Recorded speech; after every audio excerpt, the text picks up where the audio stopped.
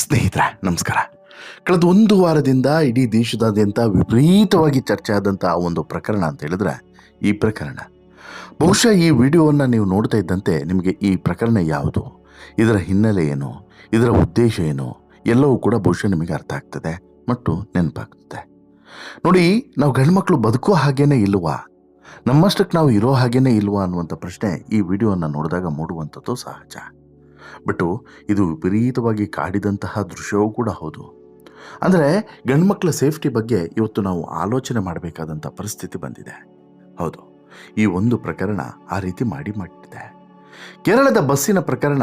ನಿಮ್ಮಲ್ಲಿ ಬಹುತೇಕರು ಈ ಪ್ರಕರಣವನ್ನು ಗಮನಿಸಿರ್ತೀರ. ಯಾಕಂದರೆ ಸೋಷಿಯಲ್ ಮೀಡಿಯಾದಲ್ಲಿ ಸಂಪೂರ್ಣವಾಗಿ ಇದೇ ಕೇಸು ತುಂಬಿಕೊಂಡು ಬಿಟ್ಟಿದೆ. ಇನ್ಸ್ಟಾ, ಫೇಸ್ಬುಕ್ಕು ಯಾವುದೇ ಓಪನ್ ಮಾಡಿದರೂ ಕೂಡ ದಿನಕ್ಕೆ 200-300 ಈ ಪ್ರಕರಣಕ್ಕೆ ಸಂಬಂಧಪಟ್ಟಂತಹ ರೀಲ್ಸ್ಗಳೇ ನಮ್ಮ ಕಣ್ಮುಂದೆ ಬರ್ತಾ ಇದೆ. ಕೆಲವೊಂದಷ್ಟು ತಮಾಷೆಯಾಗಿದ್ದರೆ, ಕೆಲವೊಂದಷ್ಟು ಸೀರಿಯಸ್ ಆಗಿದ್ದಾವೆ, ಇನ್ನೂ ಕೆಲವೊಂದಷ್ಟು ನಾವು ತುಂಬ ಆಲೋಚನೆ ಮಾಡಬೇಕಾದಂತಹ ಪರಿಸ್ಥಿತಿಯಲ್ಲಿ ಇದ್ದೇವೆ ಅನ್ನೋದನ್ನು ಸೂಚಿಸ್ತಾ ಇದ್ದಾವೆ.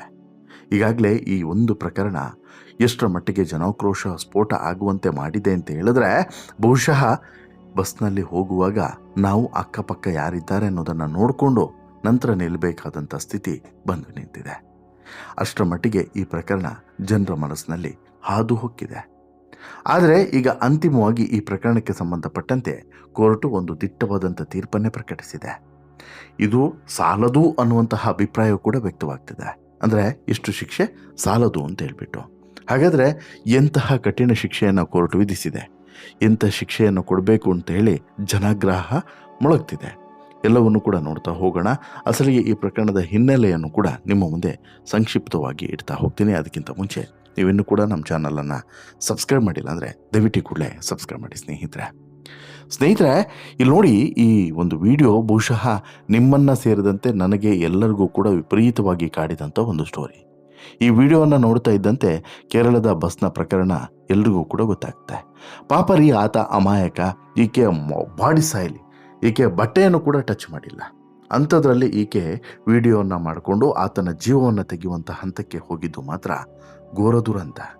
ಹಾಗಾಗಿನೇ ಈ ಮಹಿಳೆಗೆ ಹೀಗೆ ಒಂದು ಕಠಿಣವಾದಂಥ ಶಿಕ್ಷೆಯನ್ನು ವಿಧಿಸಲಾಗಿದೆ. ಜೊತೆಗೆ ಜಾಮೀನಿಗೂ ಕೂಡ ಈಕೆ ಪ್ರಯತ್ನವನ್ನು ಪಡ್ತಾ ಇದ್ದಾಳೆ ಅನ್ನೋದು ಕೂಡ ಗೊತ್ತಾಗಿದೆ. ಹೀಗಾಗಿ ಪೊಲೀಸರು ಈಕೆಗೆ ಜಾಮೀನು ಸಿಗದೇ ಇರುವಂತೆಯೂ ಕೂಡ ಮಾಡ್ತಾ ಇದ್ದಾರೆ. ಇಲ್ಲಿ ಒಂದು ಈ ಇಡೀ ಪ್ರಕರಣದ ಹಿನ್ನೆಲೆಯನ್ನು ಒಂದ್ಸಲ ನೋಡೋದಾದರೆ, ಇಲ್ಲಿ ಸೋಷಿಯಲ್ ಮೀಡಿಯಾ ಇನ್ಫ್ಲುಯೆನ್ಸರ್ ಬಸ್ಗೆ ಹತ್ತಿದ್ದಾಳೆ. ಆ ಹೆಣ್ಣುಮಗಳು ಬಸ್ಸಿಗೆ ಹತ್ತಿದಂಥ ಸಂದರ್ಭದಲ್ಲಿ ಪಕ್ಕದಲ್ಲಿ ಸಹ ಪ್ರಯಾಣಿಕ ಓರ್ವ ವ್ಯಕ್ತಿ ಇರ್ತಾನೆ. ಆ ವ್ಯಕ್ತಿ ತನ್ನನ್ನು ಅನುಚಿತವಾಗಿ ಸ್ಪರ್ಶಿಸಿದ ಅಥವಾ ಖಾಸಗಿ ಭಾಗವನ್ನು ಸ್ಪರ್ಶಿಸಿದ ಅಂತ ಹೇಳಿಬಿಟ್ಟು ಆಕೆ ಒಂದು ವಿಡಿಯೋನ ರೆಕಾರ್ಡ್ ಮಾಡಿ ಸೋಷಿಯಲ್ ಮೀಡಿಯಾದಲ್ಲಿ ಹಾಕ್ತಾಳೆ. ಈಕೆ ಹಾಕಿದ ಉದ್ದೇಶ ಏನು ಅನ್ನೋದನ್ನು ನಾನು ಮುಂದೆ ಹೇಳ್ತೀನಿ. ಆದರೆ ಹೀಗೆ ವಿಡಿಯೋನ ಹಾಕಿದ ನಂತರ ಅದು ಸಿಕ್ಕಾಪಟ್ಟೆ ವೈರಲ್ ಆಗ್ತದೆ. ಇದರಿಂದ ಅವಮಾನಕ್ಕೆ ಒಳಗಾದಂಥ ಆ ವ್ಯಕ್ತಿ, ವಿಡಿಯೋದಲ್ಲಿ ಇದ್ದಂಥ ವ್ಯಕ್ತಿ ಕೊನೆಗೂ ಕೂಡ ತನ್ನ ಪ್ರಾಣವನ್ನು ಕಳ್ಕೊಂಡು ಬಿಡ್ತಾನೆ. ಅದಾದ ಬಳಿಕ ಜನ ಈ ಪ್ರಕರಣಕ್ಕೆ ಸಂಬಂಧಪಟ್ಟ ಹಾಗೆ ಆಕ್ರೋಶವನ್ನು ವ್ಯಕ್ತಪಡಿಸೋದಕ್ಕೆ ಶುರು ಮಾಡ್ತಾರೆ. ಅಂದರೆ ಈಕೆ ಉದ್ದೇಶ ಏನಾಗಿತ್ತು ಅಂತ ಹೇಳಿದ್ರೆ, ಈ ಒಂದು ಪ್ರಕರಣದಿಂದ ತಾನು ಮೈಲೇಜನ್ನು ಪಡ್ಕೊಬೇಕು, ಪ್ರಚಾರವನ್ನು ಪಡಿಬೇಕು ಅನ್ನೋಂಥ ದುರುದ್ದೇಶ ಆಗಿತ್ತು. ಎರಡನೇದು, ಆತನ ಮೇಲೆ ಒಂದು ರೀತಿಯಲ್ಲಿ ಕೆಟ್ಟ ಭಾವನೆ ಬರಬೇಕು ಅನ್ನುವಂಥದ್ದು ಈಕೆಯ ಉದ್ದೇಶ ಆಗಿತ್ತು. ಈಕೆಯ ಸೈಕೋ ಮನಸ್ಥಿತಿ ಆಗಿತ್ತು. ಪರಿಣಾಮ ಈ ರೀತಿ ವಿಡಿಯೋವನ್ನು ಮಾಡಿ ಹರಿಬಿಡ್ತಾಳೆ. ಈಕೆಗೆ ಗೊತ್ತು ಸೋಷಿಯಲ್ ಮೀಡಿಯಾದ ಪವರ್ ಏನು, ಎಷ್ಟರ ಮಟ್ಟಿಗೆ ವೈರಲ್ ಆಗುತ್ತೆ ಎಲ್ಲದೂ ಕೂಡ ಗೊತ್ತು. ಪರಿಣಾಮ ಸಿಕ್ಕಾಪಟ್ಟೆ ವೈರಲ್ ಆಯಿತು. ಇದು ಆ ವ್ಯಕ್ತಿಯ ಮನೆಯವ್ರಿಗೂ ಕೂಡ ವಿಡಿಯೋ ತಲುಪ್ತು. ಸೊ ದಟ್ ಈತ ಅವಮಾನದಿಂದ, ಎಷ್ಟು ಅವಮಾನ ಆಗಿರ್ಬೋದಲ್ವಾ, ಅದರಲ್ಲೂ ಕೂಡ ಮಾಡದೇ ಇರುವಂತಹ ವ್ಯಕ್ತಿಗೆ ನೀನು ಹಾಗೆ ಮಾಡಿದೀಯ ಅಂತ ಹೇಳಿದ್ರೆ ಸಹಜವಾಗಿ ಹೆಚ್ಚೇ ಅವಮಾನ ಆಗ್ತದೆ. ಅದೇ ರೀತಿ ಅವಮಾನ ಆಗುತ್ತೆ. ಸೊ ದಟ್ ಆತ ಏನು ಮಾಡ್ತಾನೆ, ಇಮಿಡಿಯೇಟ್ಲಿ ಜೀವವನ್ನು ತೆಗೆದುಕೊಳ್ಳುವಂಥ ನಿರ್ಧಾರಕ್ಕೆ ಬರ್ತಾನೆ. ಅದಾದ ಬಳಿಕ ಈ ವಿಡಿಯೋ ಸಿಕ್ಕಾಪಟ್ಟೆ ವೈರಲ್ ಆಗುತ್ತೆ. ಸಂಬಂಧಪಟ್ಟಂತಹ ಆಕ್ರೋಶಗಳು ಕೂಡ ವ್ಯಕ್ತವಾಗ್ತದೆ. ಈ ಪ್ರಕರಣದ ಬಗ್ಗೆ ತನಿಖೆಯನ್ನು ನಡೆಸಬೇಕು ಸೂಕ್ತ ರೀತಿಯಲ್ಲಿ ಅಂತ ಹೇಳ್ಬಿಟ್ಟು ಜನಾಕ್ರೋಶ ಮೊಳಗೋದಕ್ಕೆ ಶುರುವಾಗುತ್ತೆ. ಅದಾದ ಬಳಿಕ ಹೆಣ್ಣು ಮಗಳನ್ನು ಕೊನೆಗೂ ಕೂಡ ಪೊಲೀಸರು ಬಂಧಿಸ್ತಾರೆ. ಪ್ರಕರಣಕ್ಕೆ ಸಂಬಂಧಪಟ್ಟಂತೆ CCTV ಫುಟೇಜ್ಗಳನ್ನು ಕೂಡ ಸಂಗ್ರಹಿಸ್ತಾರೆ. ಜೊತೆಗೆ ಒಂದಷ್ಟು ಐ ವಿಟ್ನೆಸ್ಗಳನ್ನು ಕೂಡ ಕರೆದು ವಿಚಾರಣೆಯನ್ನು ನಡೆಸ್ತಾರೆ.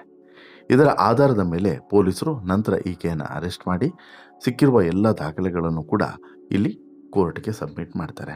ಜೊತೆಗೆ ಈ ಎಲ್ಲ ಆಯಾಮಗಳಲ್ಲೂ ಕೂಡ ಈಕೆಯನ್ನು ತನಿಖೆಗೆ ಒಳಪಡಿಸ್ತಾಳೆ. ಈ ನಮ್ಮ ಕಾನೂನು ಹೆಣ್ಣುಮಕ್ಕಳ ಪರವಾಗಿದೆ, ಬಹುತೇಕ ಸಂದರ್ಭದಲ್ಲಿ ಹಾಗಿರಲೇಬೇಕು ಅಂತೇಳಿ ಅನಿಸೋದ್ರೂ ಕೂಡ ಹೆಚ್ಚಿನ ಕಡೆ ಇದು ದೌರ್ಜನ್ಯಕ್ಕೆ ಬಳಕೆ ಆಗ್ತಿದೆ ಅನ್ನೋದಕ್ಕೆ ಈ ಪ್ರಕರಣವೇ ಸಾಕ್ಷಿ. ಇಲ್ಲೂ ಕೂಡ ಆರಂಭದಲ್ಲಿ ಸಾರ್ವಜನಿಕರ ಅನುಕಂಪ ವ್ಯಕ್ತವಾಗುತ್ತೆ ಅನ್ನುವಂಥ ಕಾರಣಕ್ಕೋಸ್ಕರ ಈ ರೀತಿ ಮಾಡಿದ್ಲು. ಅದಾದ ಬಳಿಕ ಯಾವಾಗ ಸೂಕ್ಷ್ಮವಾಗಿ ವಿಡಿಯೋವನ್ನು ಗಮನಿಸಿದಾಗ ಆ ವ್ಯಕ್ತಿ ಈಕೆಯ ಖಾಸಗಿ ಭಾಗವನ್ನು ಟಚ್ ಮಾಡೋದು ಸಹ ಇಲ್ಲಿ ಬಟ್ಟೆಯನ್ನು ಕೂಡ ಟಚ್ ಮಾಡಿಲ್ಲ ರೀ ಪಾಪ. ಈಕೆನೇ ಹೋಗಿ ಮೈಯನ್ನು ತಾಗಿಸ್ತಾಳೆ. ಸುಖ ಸುಮ್ಮನೆ ಈಕೆ ವಿವಾದವನ್ನು ಆತನ ಮೈ ಮೇಲೂ ಕೂಡ ಎಳೆದು ತರ್ತಾಳೆ. ಪರಿಣಾಮ ಸಿಕ್ಕಾಬಟ್ಟೆ ಅಂಜಿಕೆಗೆ ಒಳಗಾಗ್ತಾನೆ, ಬೇಸರಕ್ಕೆ ಒಳಗಾಗ್ತಾನೆ. ಜೊತೆಗೆ ಎಲ್ಲಿವರೆಗೆ ಅಂತ ಹೇಳಿದ್ರೆ ನನ್ನ ಮಾನನೇ ತೆಗೆದುಬಿಟ್ಲು ಇವಳು ಅಂತೇಳ್ಬಿಟ್ಟು ಕೆಟ್ಟ ನಿರ್ಧಾರಕ್ಕೆ ಕೈ ಹಾಕಿ ಬಿಡ್ತಾನೆ. ಆ ಸಂದರ್ಭಕ್ಕೆ ಅದು ಸರಿ ನಿರ್ಧಾರ ಆಗಿದ್ರೂ ಕೂಡ ಅದಾದ ಬಳಿಕ ಅದು ಕೆಟ್ಟ ನಿರ್ಧಾರ. ಯಾಕಂತ ಹೇಳಿದ್ರೆ ಬದುಕ್ಬೋದಾಗಿತ್ತು, ಬಾಳ್ಬೋದಾಗಿತ್ತು.